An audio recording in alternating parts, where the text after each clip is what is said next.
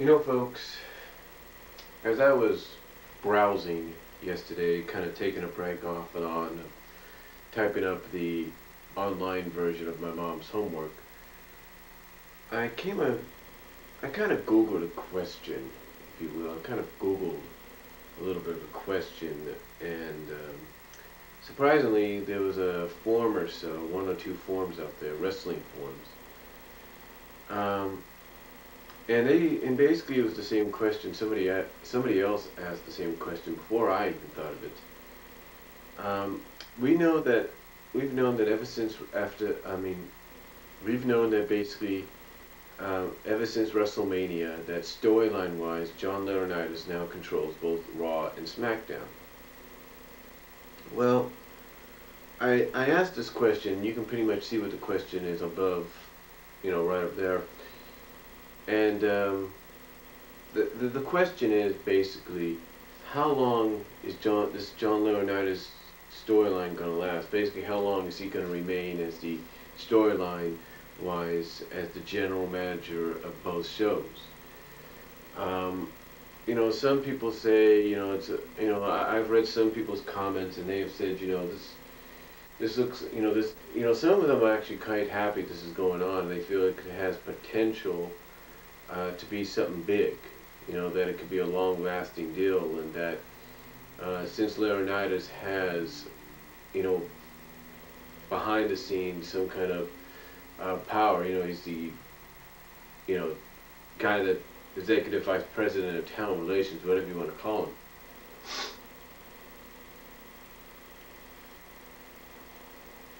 So obviously he has some pull, but the question is, besides that, storyline-wise, how long do you think WWE is going to let this go? I really don't. I'm kind of getting a little bored of it, folks. Honestly, I don't. I can understand they need to do this so they could really allow, the baby faces that get targeted the most to get built up and have their revenge, have the payback in the end. But to me, it's like this. This isn't going. Honestly, I just don't think. My honest opinion, I just don't feel it anymore. The thunder, the hype about it, and all that. It's all gone, folks. Honestly, I just don't feel that this guy has what it takes anymore. I know it's not even been a month, and we're not even at Extreme Rules yet, but come on, folks. Be honest with yourself. Do you think you can stand this much longer? This whole people power thing in the storyline.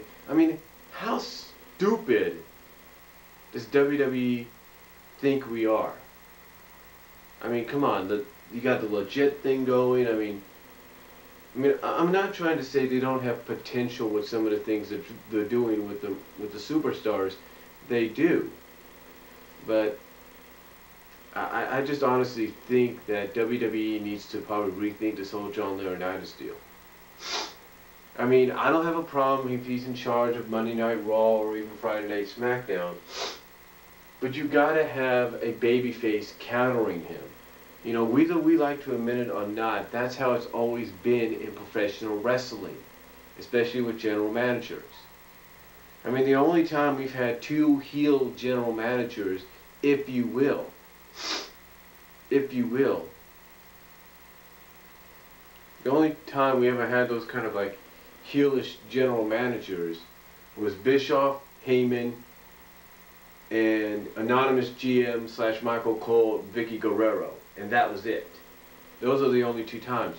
Majority of the time, it was a heel running one show, a babyface running the other, and I believe that's what's going to happen again. I think what's going to happen eventually down the line is WWE's going to realize, you know what, we can go through the summer with this, but we can't go ending the year like this. You know what I mean? You can't end the year like that. So what I'm thinking is going to happen, the farthest I think they might go with this and stretch it is into the summer, maybe a SummerSlam. That's as far as I think they might go. I mean, honestly, I think the WWE needs to really rethink this whole progress because, yeah, he's getting the kind of heat that's like, get the hell off our TV, and, or, you know, he's getting the kind of heat that you need to get over, but the guy is getting the kind of heat that, well, Schleg Daddy said Bischoff was getting, and that's the get the hell off our TV heat. I mean, why do you think, I mean, here's the difference. If you want to talk about people that can get genuine heat, X-Pac heat, get off my TV heat, you want to see a genuine difference. Vicky Guerrero gets booed as soon as she says excuse me. She gets booed right out of the building. But here's the thing, she gets what I consider X-Pac heat. In other words, it's like, you suck, we don't care about you, blah blah blah, but it's the kind of X-Pac heat that says, we hate you, we don't like you, but we have to admit you're the best, you're one of the best heels out there, and you're doing your job. Now some might say that's what John Laurinaitis is doing, but no. John Laurinaitis is getting the kind of heat that's like, you have no charisma, you have no style, you're doing the same bullshit time and time again, we've seen this all before, so guess what, we want you gone. That to me is the kind of heat that he's getting right now, and I know a lot of you will disagree. But this is just my opinion. I think, in all honesty, John Laurinaitis' role as general manager of both shows isn't going to last long. I've got a feeling what's going to happen. I mean, come on. I mean, honestly, I've got a feeling, and I think you know this is where it's going. You don't take someone like Teddy Long, put him in the position that he's in right now, basically allow himself to be humiliated at the hands of John Laurinaitis. You don't do that unless you are planning to give Teddy Long the title of general manager of both shows and giving Laurinaitis a dose of his own medicine. You don't do that. And you don't do that right off the bat. They didn't do that with Vicky Guerrero. Vicky Guerrero, when she brought Teddy Long in as her assistant, she brought him in after he came back from his storyline heart attack. She didn't bring him in right away and threaten to, you know, and threaten his family's financial future, his kids' college future, or whatever. And that's what made Vicky Guerrero a better heel general manager for SmackDown and Raw for one night only than it does John Laurinaitis. Because even though she got booed, and still does every time she says excuse me, fans embrace that. Again, like I say, she gets the kind of X-Pac heat that fans embrace. It's the, we hate you, we don't like you, we don't want you here, but we love having you here. That's basically what it is. It's like, we don't want you here, but a part of us wants you here. So basically it's like, we hate you, but we hate ourselves for liking you.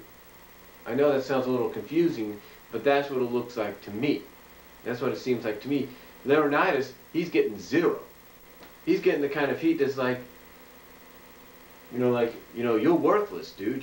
You've got nothing. You've got no charisma. You've got nothing. Why are you even here? Why is WWE even wasting their time on you? You see, that is why I feel this whole Laurinaitis thing is not going to last much longer. It's going to probably last through the summer.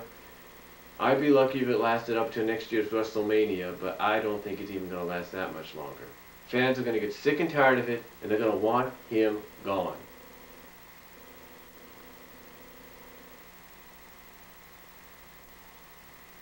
To be honest with you, that's what I feel is going to happen. They're going to want him gone before you know it. Now again, I'll repeat myself here. I know some of you will disagree. Some of you will say, Brian, you got to give it a chance. And I am. I am giving it a chance. But I'm telling you right off the bat, I just feel right now that the reaction he's getting, it's a far worse reaction than Vicky's getting. I mean, Vicky at least gets a decent heel reaction to the point that, like I said, it's the kind of X-Pac heat that makes you kind of say to yourself, oh, we don't like having her here, but we love seeing her every night. We love seeing her every night. It's like we don't like seeing her, but we love seeing her.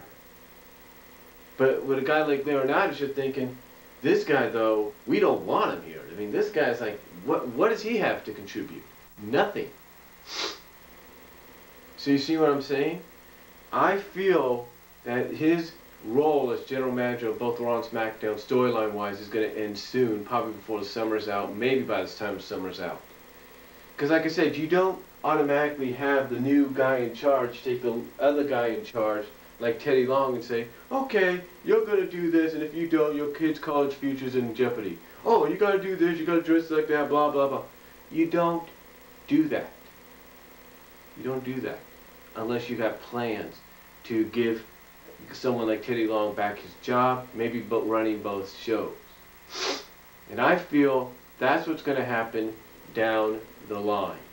Now, again, I know you people have your own opinions and you can disagree with me. That's fine. But give me your comments down below. Tell me what you guys think. Do you think Mr. Excitement is going to last longer than the summer? Or do you think Mr. Excitement is going to last to at least SummerSlam? Tell me what you guys think, and I will talk to y'all later.